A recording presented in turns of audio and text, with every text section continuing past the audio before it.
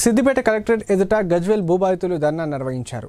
కాంగ్రెస్ ప్రభుత్వ హయాంలో ఇచ్చిన తమ భూములను గజ్వేల్ డబుల్ బెడ్రూమ్ నిర్మాణం కోసం భూసేకరణ చేయడం జరిగిందని భూబాధితులు తెలిపారు. 20 ఏళ్లుగా భూములు తమ పొంటనే ఉండేవని అన్నారు. ముఖ్యమంత్రి రేవంత్ రెడ్డి తమ సమస్యను పరిష్కరించి తమకు డబుల్ బెడ్రూమ్ ఇల్లు కేటాయించాలని బాధితులు కోరారు.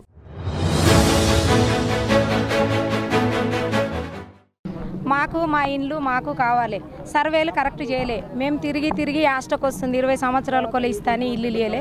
మాకు ఇల్లు ఇవ్వండి సార్. ఏ ప్రభుత్వం అయినా మా మంచి కోరుకోవాలనుకున్న వాళ్ళకు మా మంచికి మాకు మా కష్టానికి 20 సంవత్సరాల కోలే ఈ ఆఫీసు పాత ఆఫీసుల కాడ చుట్టూ తిరిగి ఇస్తామని మాకు ఇల్లు ఇవ్వట్లే.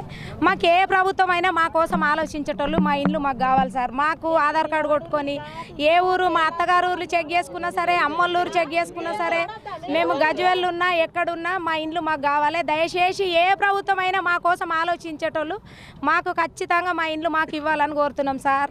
రేవంత్ రెడ్డి కావచ్చు, కేసీఆర్ కావచ్చు, వాళ్ళు మన కోసం కొట్లాడబెట్టుకొని మా గురించి ఆలోచించే ఏ నాయకులైనా సరే మాకు ఖచ్చితంగా మా ఇండ్లు మాకు కావాలి.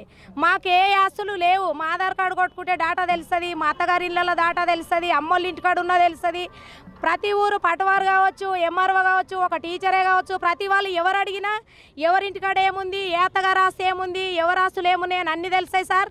దయచేసి మా డబుల్ బెడ్రూమ్లు మాకు ఇవ్వండి. 20 ఏళ్ళ కోలం మేము ఇస్తాడని ఆశపడుతున్నాం.